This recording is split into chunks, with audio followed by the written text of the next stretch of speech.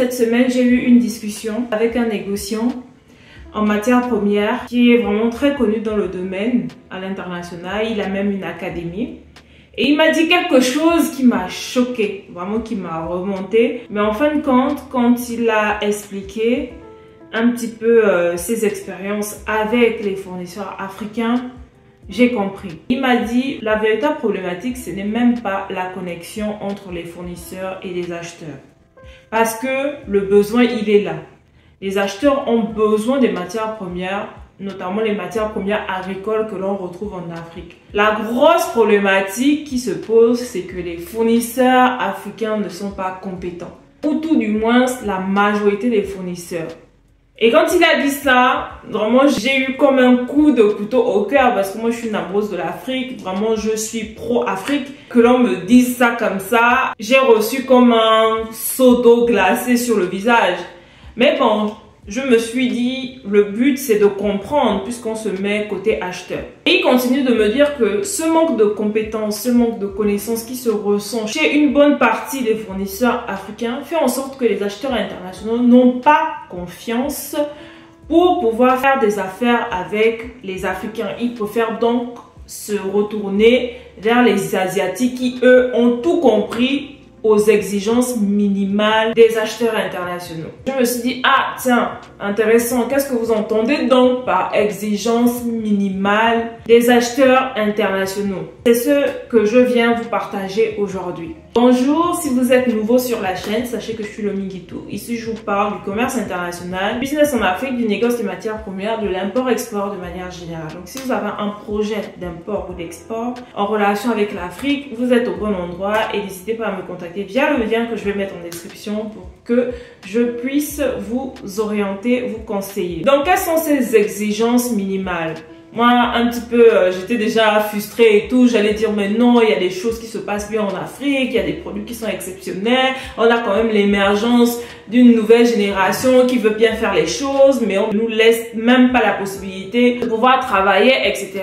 Il me dit, ok, quand je parle d'exigence minimale, je fais référence déjà au b.a.-ba de la relation commerciale, c'est le temps de réponse. Les temps de réponse sont excessivement longs. Et quand il m'a dit ça, je me suis dit, ah oui, c'est vrai, parce que moi, personnellement, j'ai un client qui m'a contacté récemment qui voulait connaître le prix d'un produit. Donc, du coup, j'ai contacté le fournisseur et le fournisseur, s'il vous plaît, ça fait 2 semaines que je l'ai envoyé la demande, il n'a toujours pas répondu. Donc, vous voyez que en affaires, time is money. Si déjà, même avant la signature du contrat, vous prenez 2 semaines pour pouvoir répondre, bah, il se dit qu'au cas où il y a un problème, comment ce sera? Il va simplement plier bagage et se retourner vers les Chinois et les Indiens qui, eux, ont tout compris en fait à la relation commerciale, comment ça se passe sur le marché international. Ils sont vraiment très carrés. Il n'y a qu'à voir sur Alibaba. Allez-y, regardez quand vous voulez acheter en Chine, quand vous écrivez, vous avez une réponse dans les 24, maximum 48 heures, dans la plupart des cas, vous avez une réponse. Et ce qui fait en sorte que bah, ça vous met en quelque sorte, vous, en tant qu'acheteur, en confiance, que vous parlez vraiment avec une personne et une personne sérieuse. Quand vous êtes fournisseur et que vous mettez 1 semaine, 2 semaines à répondre, vous pensez que vous êtes les seuls. Vous n'êtes pas les seuls sur le marché international. On est à l'heure de la compétitivité, on est à l'ère de la mondialisation et beaucoup d'Africains malheureusement ne l'ont pas compris. Passez ce message de la part de Lominguitou. Lominguitou vous dit aujourd'hui que beaucoup parmi nous, nous n'avons pas compris que dans ce monde mondialisé, nous ne sommes pas du tout compétitifs. Et que ce n'est pas la fin du monde, au contraire, on doit apprendre de ce qui se fait ailleurs pour améliorer les choses. Nous sommes le continent d'avenir. Les gens voudront toujours faire appel à nous, mais malheureusement, si nous continuons de travailler de manière bâclée, bah, les gens ne nous feront jamais confiance. Et s'il y a bien un élément clé dans le business, dans n'importe quel business et surtout dans le négoce des matières premières, c'est la confiance. Par rapport à ça, j'ai fait mea culpa. Il continue, hein, c'est pas terminé. Vraiment partagez cette vidéo là parce que moi, ça m'a fait prendre conscience de beaucoup de choses. C'est vrai, on va vouloir défendre notre continent, mais quand on fait mal les choses, quand les choses ne se font pas bien, il faut le dire et corriger le tir à mensonge. Il continue de me dire que autre exigence, c'est les temps de shipping. Imaginez, vous avez un industriel qui lui doit faire tourner son usine, ok? Et donc il vient vous voir, il veut travailler avec vous parce que par exemple vous transformez de l'huile de palme. Et puis il vous dit que moi chaque mois j'aimerais que tu me livres 2 conteneurs par exemple. Mais vous seulement pour charger un seul conteneur, vous prenez 20 jours. Vous prenez 40 jours. Mais l'huile de palme en question se fait en Malaisie. Renseignez-vous. Et le Malaisien, il va dire, une fois la commande passée, je peux charger en 15 jours, en 10 jours. Mettez-vous à la place de l'acheteur. Vous pensez vraiment qu'il achètera chez vous alors que vous proposez de charger juste un conteneur en 20 jours, en 30 jours, alors que le Malaisien, il peut charger en 15 jours les 2 conteneurs. C'est la réalité du terrain, je suis désolée. On veut bien vouloir trader avec l'Afrique, mais à un moment donné, il faut qu'il y ait une émergence d'une nouvelle classe de fournisseurs qui vont vraiment s'imprégner de ce que font les autres pour justement être compétitifs et gratter des parts de marché. Récemment, je parlais avec un abonné même de cette chaîne qui est en Chine depuis des années et il me fait comprendre que, par exemple, sur Alibaba, les fournisseurs qui travaillent, quand vous passez une grosse commande avec eux, quitte à ce qu'ils prennent 3, 4, 5 personnes supplémentaires pour travailler sur la production afin d'aller plus vite, ils vont le faire. Pourquoi? Parce qu'ils savent que s'ils respectent les délais, ils vont fidéliser le client. Pourquoi en Afrique on ne fait pas la même chose? Étant donné que on sait bien qu'en Afrique, la main-d'œuvre ne coûte pas si cher que ça. Donc vous, en tant que fournisseur, si vous savez que d'habitude vous travaillez avec 2 personnes et ça vous fait charger en 20 jours, en 40 jours, mais prenez 3 autres personnes pour vous aider à préparer le produit afin que vous puissiez livrer à temps. Ce sont des solutions que vous pouvez mettre en place. Je ne suis pas là juste pour dénoncer ce qui ne se fait pas bien, mais vous apporter des solutions. La solution, c'est qu'on n'a pas le choix. Si on veut être compétitif sur le marché international, on ne peut pas traiter les affaires de la même manière que l'on le fait en Afrique. En Afrique, là, c'est oui, ça peut passer, mon frère, regarde, patiente un peu. On sait que les choses sont longues, mais c'est tellement long. Dans les administrations, c'est long. Les gens font les choses lentement. À la limite, c'est irritant. Et dans le domaine du business, les gens n'ont pas le temps d'attendre tout ce temps. Donc, à un moment donné, moi, personnellement, je pense que faire des affaires en Afrique, là, c'est un métier. Il faut apprendre les codes. Et quand vous voulez faire de l'export, il faut aussi apprendre les codes. Quitte à ce que vous puissiez voyager, allez-y en Asie, allez-y en Europe, pour vous imprégner en fait de la relation commerciale, comment ça se passe chez les autres. Et le simple fait que vous allez mettre ça en pratique, vous allez voir comment les gens préféreront venir travailler avec vous plutôt que de travailler avec d'autres personnes. Dernière exigence dont il a parlé, c'est les moyens de paiement. Ça, j'étais un petit peu mitigée dessus parce que je me dis que la structure financière en Afrique n'est pas la même qu'ailleurs dans le monde.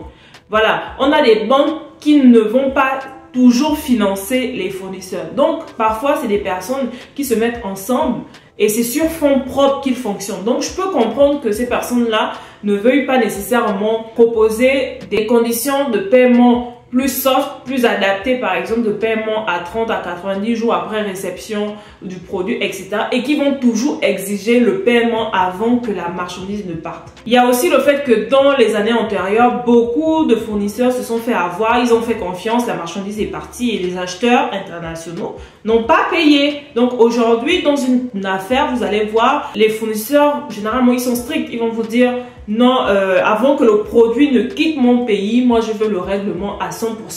Sauf que ça, c'est parce que vous vous mettez, vous, côté vendeur. Côté acheteur, lui, généralement, ce qu'il faut que vous sachiez, et c'est ça vraiment l'utilité de cette chaîne, c'est de vous transmettre la connaissance. Quand vous avez un acheteur qui vient, généralement, il achète pour revendre. Donc, le deal que lui, il fait, c'est de pouvoir négocier des délais de paiement plus longs avec vous, de négocier des délais d'achat plus courts avec ces acheteurs à qui il revend, de manière à avoir de l'argent de ces acheteurs pour ensuite vous payer vous.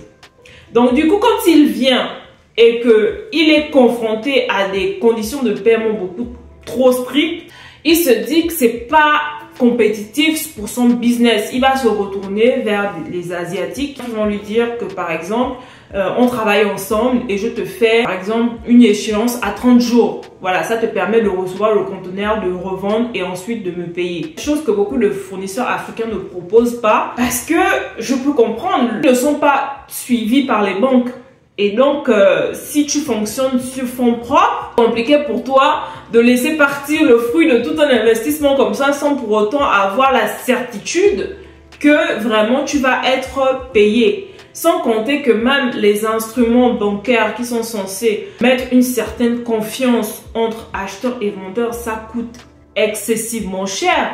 De mettre en place un crédit documentaire, par exemple une LC, les frais sont énormes en Afrique comparément à ce qui se passe ailleurs. Donc, généralement, ce qui se fait, c'est une remise documentaire parce que c'est moins contraignant à mettre en place administrativement déjà aussi. Il y a des lourdeurs. Mais en fait, on a juste l'impression qu'en Afrique, tout est fait pour nous compliquer la vie. C'est ce que j'ai dit à ce monsieur, qu'au niveau des conditions de paiement, la réalité africaine est vraiment différente de ce que l'on connaît ailleurs. Donc ça, c'est vraiment mitigé. Par contre, sur les délais de réponse, les délais de shipping, vraiment, nous avons besoin, vous avez besoin, chers fournisseurs africains, de comprendre les bases de la relation commerciale. S'il vous plaît, la communication fait tout. Un client vous choisira parce qu'il a su que vous êtes quelqu'un de disponible, de réactif et quelqu'un sur qui il peut compter.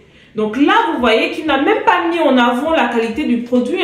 Moi, un grossiste m'a dit par exemple ici que la banane d'Afrique, elle est qualitative. La banane du Cameroun, elle est qualitative, mais il préfère acheter en Colombie par exemple. Donc à un moment donné, dans la relation commerciale, il n'y a pas que la qualité. Beaucoup parmi vous, vous pensez parfois aux certifications, etc. La certification, ça vient seulement conforter, mais la base, c'est la relation commerciale. Donc, c'est un message que je passe aujourd'hui aux fournisseurs africains. C'est un message que je passe aux futurs fournisseurs, à toutes les personnes qui veulent se lancer dans l'export, vendre des produits de l'Afrique vers le monde. Apprenez les codes. Ok, vous ne pouvez pas faire une offre, une facture pro forma en 2 semaines. Les gens n'ont pas le temps de vous attendre en fait. Et c'est irritant. Apprenez les codes. Sachez que quelqu'un, quand il vous contacte, il a besoin d'être rassuré, que vous lui présentez des catalogues, que vous lui présentez des échantillons, que vraiment la personne n'a pas toujours besoin de venir sur place en Afrique et qu'aujourd'hui, réveillez-vous, nous vivons dans un monde connecté. Aujourd'hui, il y a des transactions qui se passent, des millions et des millions de dollars, ça se passe sur des plateformes. Alors qu'en Afrique, nous attendons toujours que de toucher le doigt, de serrer la main, de toucher les produits, etc. Ça c'est dans le contexte africain. Mais dans le contexte international, c'est autre chose. Faire de l'export, devenir exportateur, c'est s'adapter au code business de l'international. Et donc, si vous ne connaissez pas ça, la moindre des choses, c'est de vous former. Formez-vous, voyagez, parlez à d'autres personnes pour comprendre un petit peu comment les autres font.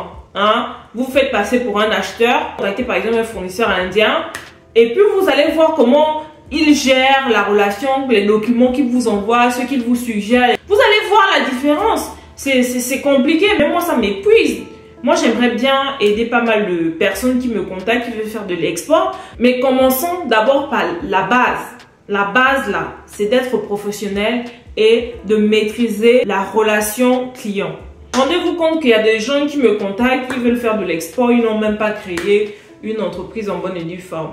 Et ça, c'est l'objet de la prochaine vidéo que je ferai pour vous expliquer ça. Parce que franchement, il y a beaucoup de choses à dire et je pense que si nous devons renouer la confiance avec les partenaires internationaux, c'est d'abord nous-mêmes de faire une introspection de ce que nous faisons mal, de corriger le tir et de faire les choses autrement. Je lance donc l'appel aux gens qui me suivent sur cette chaîne, la diaspora, pour vous dire que nous avons aussi notre place là-bas, c'est une mine d'or. Les produits africains se vendent sur le marché, c'est une mine d'or. Étant donné qu'il y a un manque, une lacune, nous pouvons également repartir pour bien faire les choses. Puisque nous sommes ici, nous avons l'avantage, nous pouvons essayer de voir comment ça se passe et ramener ça là-bas pour améliorer les process de vente de manière à ce que lorsque nous nous positionnons comme exportateurs,